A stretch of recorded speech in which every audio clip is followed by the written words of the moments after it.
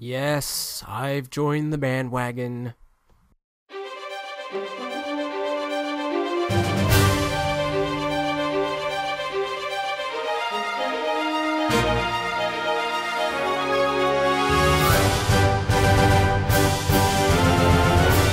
Pokemon X and Y are becoming some of my favorite Pokemon games ever.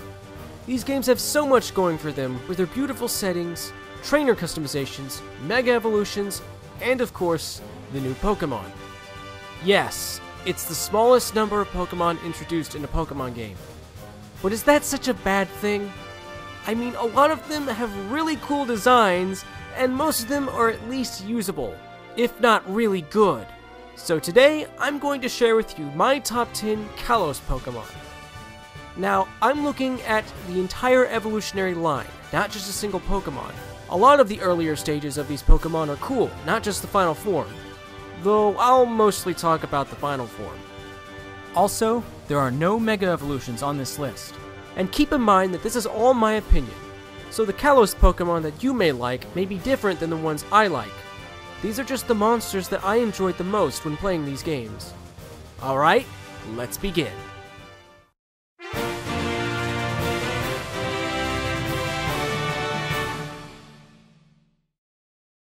Pokemon X and Y introduced us to the new Fairy type, which made players rethink their strategies when assembling a team. Some hate it because they think it's overpowered. Others, on the other hand, like myself, love it. I like the Fairy type because it's the closest thing that we are ever going to get to a Light type in Pokemon. I personally think it's too soon to say if the Fairy type is overpowered. There aren't that many moves for the type, and to be honest, most of the Kalos Fairy types weren't that great. In my opinion, there are only 3 Kalos Fairy types that were actually good. Florges is one of them. It and its pre-evolutions show exactly what Fairy types are all about. Flabebe is this adorable little thing that plays the part of a fairy very well, being a fairy thing roaming around in the forest and gardens. Floette does this too, and plays a big role in the backstory of Kalos lore. Then there's Florges, whose design kinda reminds me of the Great Fairies from Wind Waker. Florges is a pretty powerful special tank. It can take special hits like it's nothing. Its special attack stat, well, not as strong as its special defense, is still very good. And Florges can use moves like Solar Beam, Psychic, and Moonblast to put that special attack stat to good use. Speaking of Solar Beam, while Florges and its pre-evolutions look like they should be grass types, they are all pure fairy types. But they do learn lots of grass type moves, so there's that. If any of you are still skeptical about the fairy type, this Pokemon should sway your doubts. Speaking of fairies, this may be off topic, but buy this game. It's really good.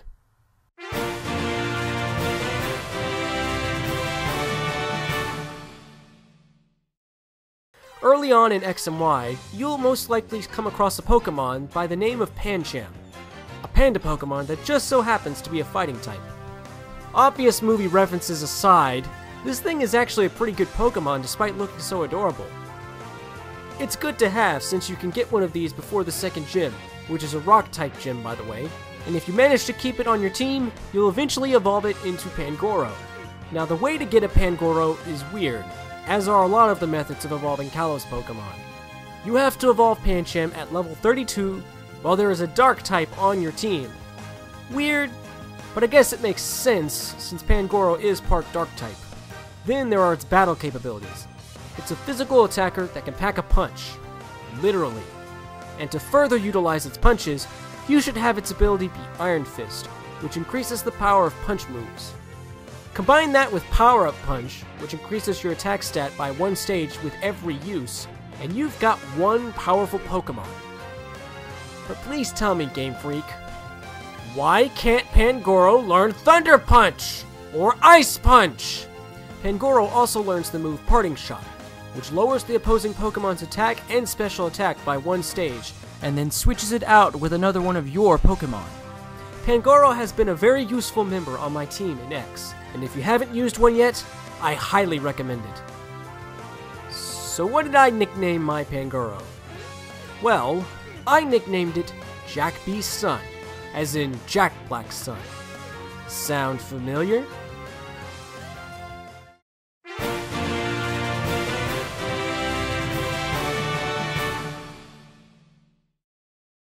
In Pokemon X and Y, we are given quite possibly the best pair of fossil Pokemon in any Pokemon game. Both are very good to have, and both have very good designs. I mean, really, it's about time we got a T-Rex Pokemon.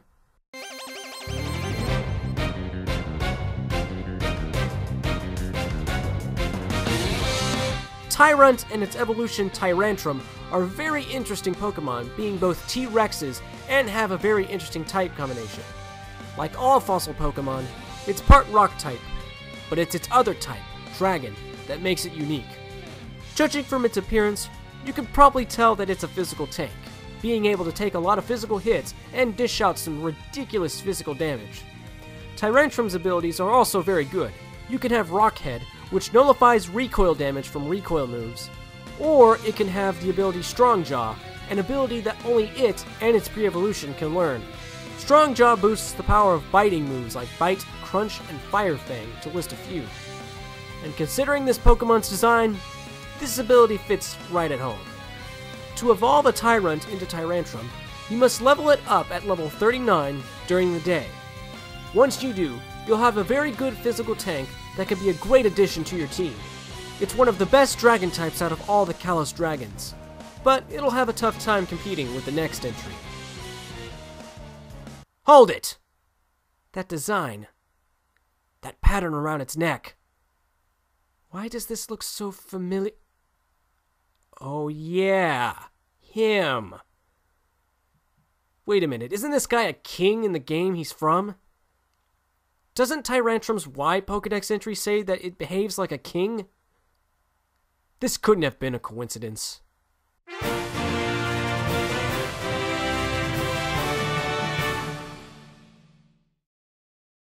What's this? A Pokemon that looks like a slime? Well, this is an RPG, and I think it's really cool to have a Pokemon based on such a cliched RPG enemy. But, quick question. How and why is it a dragon? You know what, who cares? It's still a pretty cool Pokemon. The whole idea and concept of this evolution line is what makes this Pokemon so unique. Goomy starts out pretty weak, and Sliggoo, its evolution, while slightly better, is still a pathetic excuse for a dragon type, until you evolve it into Goodra. The process of evolving Sliggoo into Goodra is a very tedious one. You have to level up Sliggoo to level 50 while it's raining. And I know what you're thinking.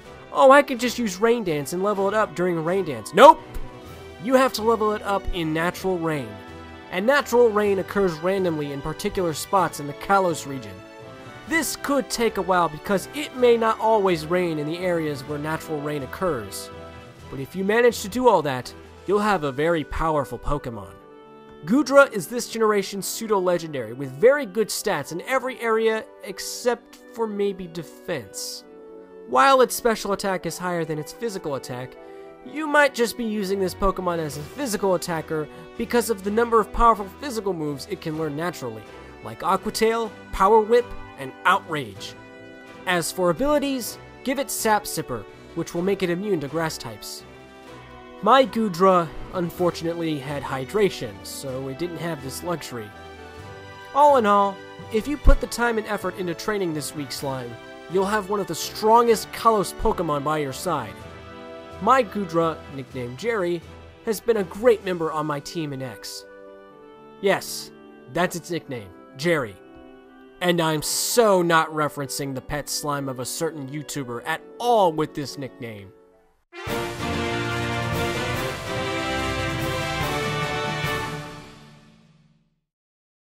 I really enjoyed my playthrough of X, so much so that I wanted to experience the game again, but with a new team. So when I got Pokemon Y for Christmas, the starter that I chose was Chespin. And it is awesome! The entire evolutionary line of Grashawat. Great, now I'm doing it too! Thanks a lot, Ben! Now where was I? Oh, the entire evolutionary line of Chespin is a very interesting line. It starts out as this cute little hedgehog, and then it evolves into and then it becomes Chesnaught, this beast of a spike-armored knight that can take down almost anyone that stands against it. Chesnaught has the unique typing of Grass and Fighting, a combination that's only been done twice. It's a powerful physical tank with great physical attack and strong defense. Unfortunately, its speed is low, but it has a great number of moves to use, like Power Up Punch, Wood Hammer, Hammer Arm, Giga Impact, and its signature move, Spiky Shield. I consider Spiky Shield to be the best of the Kalos starter signature moves. It's essentially the same as Protect, but it also has the added effect of damaging opponents that use a physical move against it. Then there are its abilities. As a grass starter, it has the obligatory grass starter ability Overgrow. But then there's its hidden ability, Bulletproof, which makes the user immune to a number of ball and bomb attacks. Man, this thing knows how to defend itself. Overall, Chespin and its evolutions are a great choice for a starter Pokemon. Here's to the powerful fighting Green Knight of Kalos. You the man, Grashawat. Oh, what the fuck?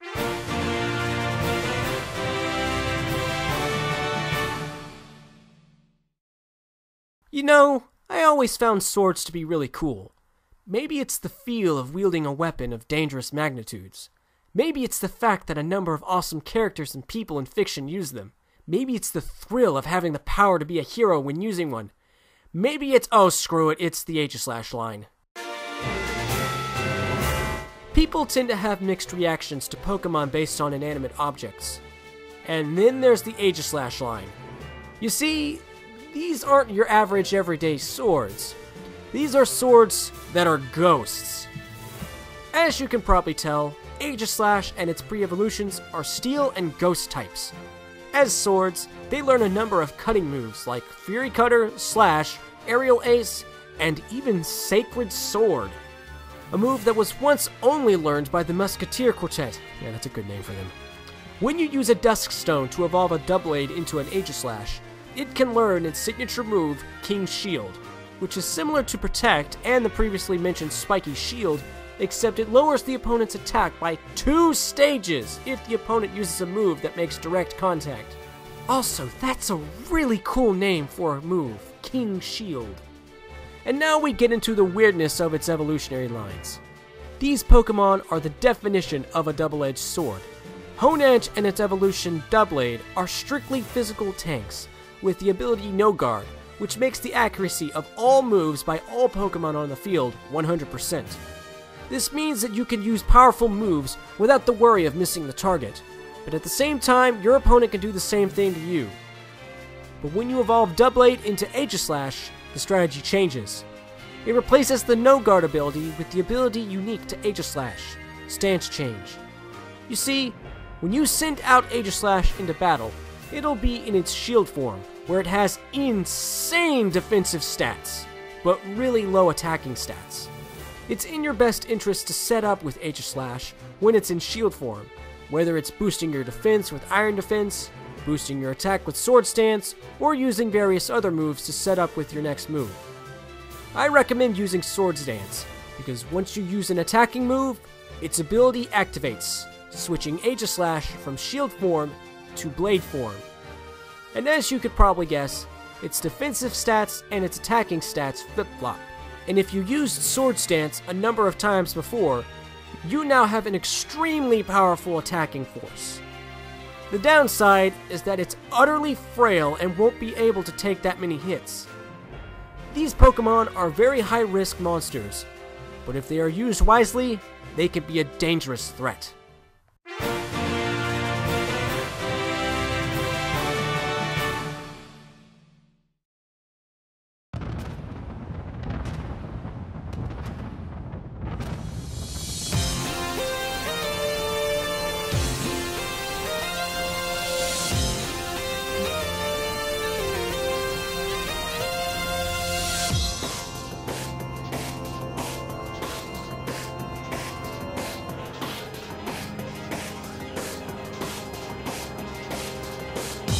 Oh yeah, you know it. Out of all of the legendaries, at least the ones that aren't event Pokemon, Xerneas is my favorite. Why do you think I chose X when X and Y were released? Yeah, that's right, this thing. Being the first legendary fairy type, this Pokemon is a force to be reckoned with, being the strongest fairy type in the game as of X and Y. Let's start with its backstory. Xerneas is said to be able to share eternal life, and it does so by shining its horns in 7 colors, hence the appearance of active mode. It turned into a tree when its life ended, and it slept for 1,000 years before it was reborn. So basically, it never really dies. Then there are its battle capabilities. Both Xerneas and Yveltal have the exact same stats. No, really, they're the exact same. To compare, they both have similar stat distributions as base form Kyurem, and base form Kyurem was actually weaker than Reshiram and Zekrom. So yeah, as legendary Pokemon, Xerneas and Yveltal aren't that great, but that's not to say they are bad. Xerneas can learn moves like Gravity, Megahorn, Horn Leech, Outrage, Close Combat, Moonblast, and its signature move, Geomancy. See, that's another cool name for a move, Geomancy. When Xerneas uses Geomancy, it builds up power for one turn, and then raises its special attack, special defense, and speed by 2 stages each on the second turn. Dang! Granted, a lot of the moves that it learns leveling up are physical, but there are a number of TM moves that it can learn. Combine that with its ability Fairy Aura, which boosts the power of fairy moves, and you've got one very powerful Pokemon. But the thing I love about this Pokemon is its design. When I first saw Xerneas, I was like, yeah, I'm definitely going with X. I mean, just look at how majestic it looks. And considering that it's called the Life Pokemon, you bet that it's going to be a really cool looking Pokemon. Here's to the great Xerneas, the strongest of all fairy types.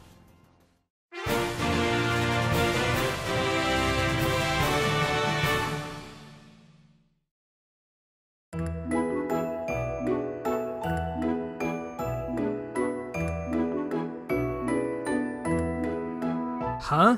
Sylveon is above Xerneas on this list? But you just said Xerneas is the strongest fairy type. Yes, I did, but I can't help but like Sylveon just a little bit more. The only Kalos Pokemon that's an evolution to an older Pokemon, Sylveon is a very interesting evolution, being the first Kalos Pokemon to be classified as the new fairy type. The thing to note about this Pokemon is its appearance. Upon first glance, your initial reaction would probably be something along the lines of, "Oh my gosh, it's so girly." And you'd be right. Sylveon's appearance is very girly with the ribbons and the bows and the pink color. But so what? Espeon is my favorite evolution, and it's pinkish purple. And besides, I like Sylveon's design. It reminded me so much of Yancey from Black 2 and White 2. So much so that I nicknamed my Sylveon Yancey. Plus, its design makes it look so graceful, and it fits very well with the whole fairy type theme going on. Remember when I said that the way to evolve certain Kalos Pokemon was insane? Well, the way to get a Sylveon is as crazy as it gets. To evolve an Eevee into Sylveon, you must level it up while it knows a fairy type move, and while your bond with it is strong. Sure, Eevee can learn Baby Doll Eyes and Charm by leveling up, but if you were like me and got an Eevee at level 20, you had to train it to level 29 in order for it to learn Charm. Combine that with the fact that bonding with your Pokemon can take a while, even with Pokemon-Ami. Yeah, it's ridiculous to get a Sylveon. So you manage to evolve your Eevee into Sylveon. So how does it fare in battle? Actually, very well. Sylveon is essentially the Blissey of Kalos, except it can dish out a lot of damage with its high special attack, while still being able to wall a lot of attacks with its high special defense and good HP stat. The problem with Sylveon is that it doesn't really learn a lot of special moves to utilize its high special attack stat. The only moves that I consider to be good attacks for Sylveon are Draining Kiss, Psyshock, Shadow Ball, Stored Power through Breeding, Dazzling Gleam, and Moonblast.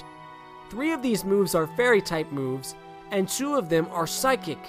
So there isn't a lot of variety in terms of different type attacks. Sylveon does learn a number of supporting moves and setup moves like Helping Hand, Skill Swap, Misty Terrain, Calm Mind, Charm either through breeding or keeping the move after evolving an Eevee, and fake tears through breeding. So yeah, there are a lot of supporting moves in its arsenal, just not a lot of special attacking moves. Even so, Sylveon is still an awesome Pokemon, and I think it's a great Pokemon to introduce the Fairy type.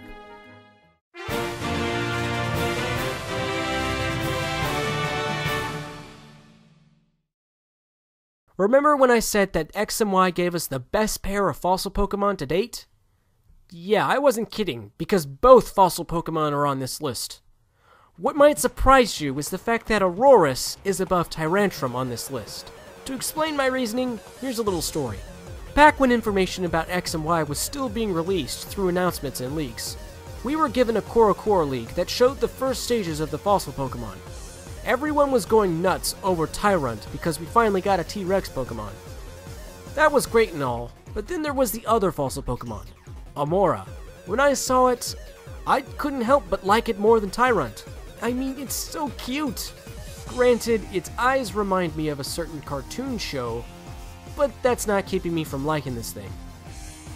After seeing these fossil Pokemon in the Korokoro leak, I said to myself, this is what the fossil Pokemon look like now. I can only imagine how awesome the designs for their evolutions will be. Sure enough, I was right, but I didn't expect their designs to look this good. So we gotta look at Amaura's evolution, Aurorus, and just look at how gorgeous its design is. It has those ice crystals on its body, the ice pattern on its belly, and the mane. Oh my gosh, the mane. They look like wavy sails, which that would make sense since Amaura comes from the sail fossil. Aurorus's mane pretty much says, hey, Tyrantrum, I have a wavy mane that changes color when I'm neutral, when I attack, and when I feint. What do you have? To evolve Amaura into this beautiful Pokemon, you must level it up to level 39 at nighttime. Well, that's all fine and dandy, but how does it fare in battle? Actually, very well. Since Tyrantrum is a physical tank, that must mean that Aurorus is a special tank, which is correct. It learns moves like Ancient Power, Ice Beam, Psychic, Dark Pulse, and even electric moves like Thunderbolt. But the best Ice-type move to give it is Freeze Dry, an Ice-type move that's super effective on water types, and it has a chance of freezing the opponent. It may be weaker than Ice Beam, but Freeze Dry is clearly the better move. But what makes this Pokemon so unique is its ability, Refrigerate, which turns normal type moves it uses into ice type moves and increases its power. Sadly, the only good move Aurorus can learn that best uses this ability is Hyper Beam. But it's still good. This Pokemon has been very useful in my playthrough of X. It's quite possibly one of the best ice types to have. Let's see your precious Helix top that, you sons of... Let's look at some honorable mentions. First, Dragalge, the water type that isn't a water type. While it is incredibly slow, some of its other stats are nothing to sneeze at. It's basically a mixed wall with a good special attack stat and a lot of moves to go with that good special attack, like Surf, Venoshock, Dragon Pulse, Thunderbolt, Focus Blast, and Draco Meteor. And with the very cool type combination of Poison Dragon, you've got one very unique Pokemon. The last honorable mention is Klefki. I've never used a Klefki, and I kinda wished I did in one of my playthroughs. Of course, Klefki isn't exactly the best Pokemon stat-wise, but it might be a useful Pokemon to set up moves with like Spikes and Thunder Wave. The typing is also very good, Steel Fairy. But the thing that I like about this Pokemon is its design. When this thing was first leaked before X and Y's release, my initial reaction was... So yeah, Klefki's a cool Pokemon. I just wished it evolved. Alright, let's recap. Number 10, the Florges line. Number 9, the Pangoro line. Number 8, the Tyrantrum line. Number 7, the Goodra line. Number 6, the Chesnaught line. Number 5, the Aegislash line. Number 4, Xerneas. Number 3, Sylveon. And number 2, the Aurorus line.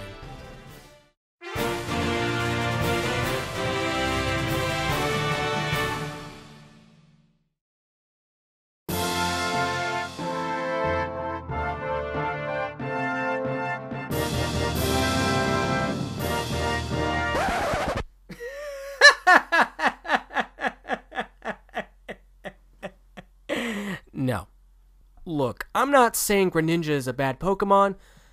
I just don't think it's as good as everyone thinks it is. The only reason why this thing is so loved is because of its hidden ability and the fact that it's a ninja. So here's the thing. Without Protean, Greninja really isn't all that special. Sure, it's a sweeper, but there are better sweepers than Greninja. Plus, Greninja got the worst Kalos starter signature move. But what really drove me away from Greninja was this. Those are very weak defenses, people. Sure, they're not the worst defenses, but when compared to the defensive stats of the other two starter final evolutions, yeah, they're pretty bad. And besides, why would I choose the obligatory overrated ninja when I can choose a freaking fire mage?